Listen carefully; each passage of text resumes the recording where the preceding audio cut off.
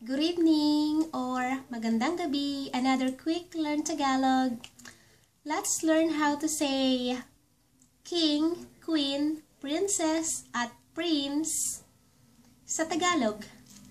Let's start with the king, the queen, the prince, at the princess.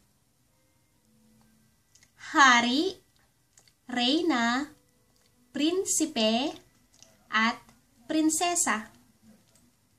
Let's say that again.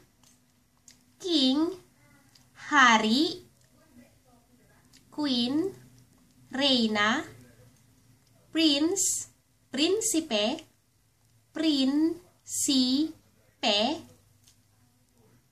and the princess, prinsesa. Prinsesa. Hari, reyna, prinsipe, at prinsesa.